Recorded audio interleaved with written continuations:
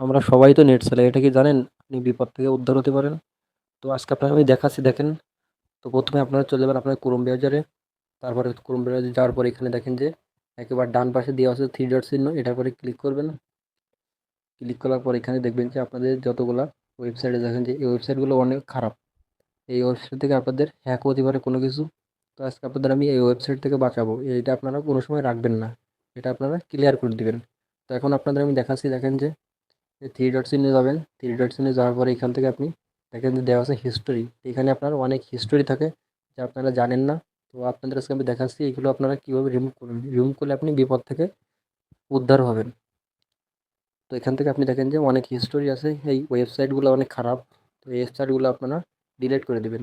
তো এখান থেকে দেখেন যে আমি ডিলিট করে দেবো, এক একটা করে মার্ক করবেন। মার্ক করার পরে এই ওয়েবসাইটগুলো সব ডিলিট করে দেবেন, তাহলে আপনি বিপদ থেকে উদ্ধার হবেন।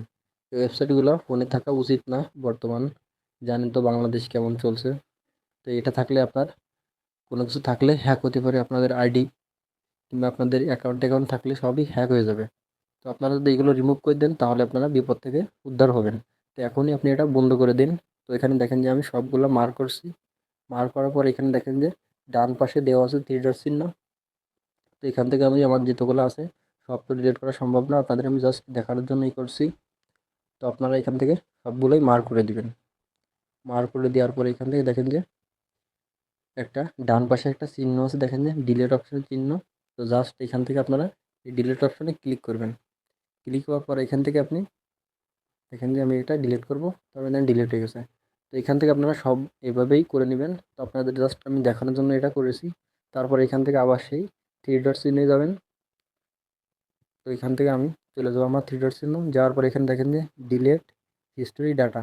তো এখান থেকে আপনারা এটা ক্লিয়ার করে দিবেন। ক্লিয়ার করে দিলে আপনাদের আর কোনো সমস্যা থাকবে না।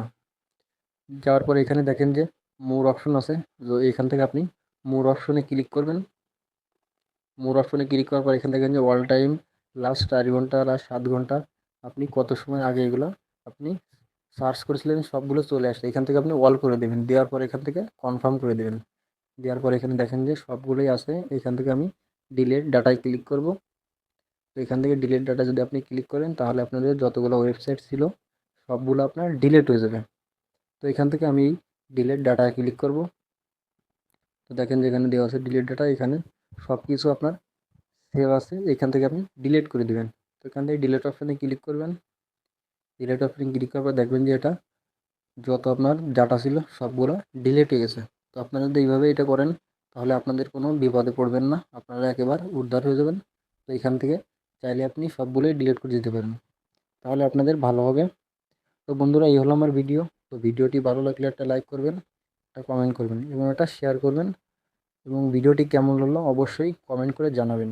ধন্যবাদ সবাই, ভালো থাকেন, সুস্থ থাকেন।